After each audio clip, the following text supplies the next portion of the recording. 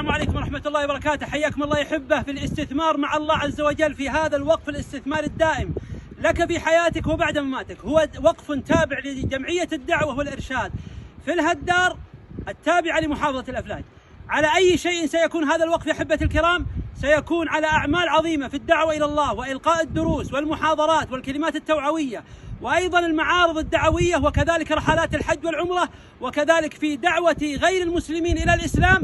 فكم سيدخل من غير المسلمين إلى الإسلام بسببك، وكم رحلة حج وعمرة ستمضي من هذا المكان إلى بيت الله الحرام بسبب دعمك وبسبب هذا الوقف.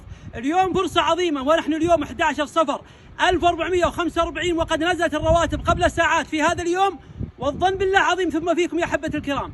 قيمة المشروع كاملا 3,960,000 ريال، والظن بالله عظيم ثم فيكم كم لك من الأجور عند الله سبحانه وتعالى عندما تكون سببا في قيام هذا الوقف. مطلوب يا أحبة الكرام مساهمة منك بال50 ريال وال100 ريال، ومن زاد الله عليه، ومن جاد الله عليه، ومن أنفق أخلف الله عليه، ربما بقيمة بلوك، ربما بقيمة اسمنت، ربما بالحديد، ربما بالقليل والكثير، وهو عند الله عظيم. انشر هذا المقطع يصل لغيرك حتى يساهم فيكون في ميزان حسناتك، وما عند الله خير وأعظم، والله أكرم وأجل وأكبر سبحانه وتعالى.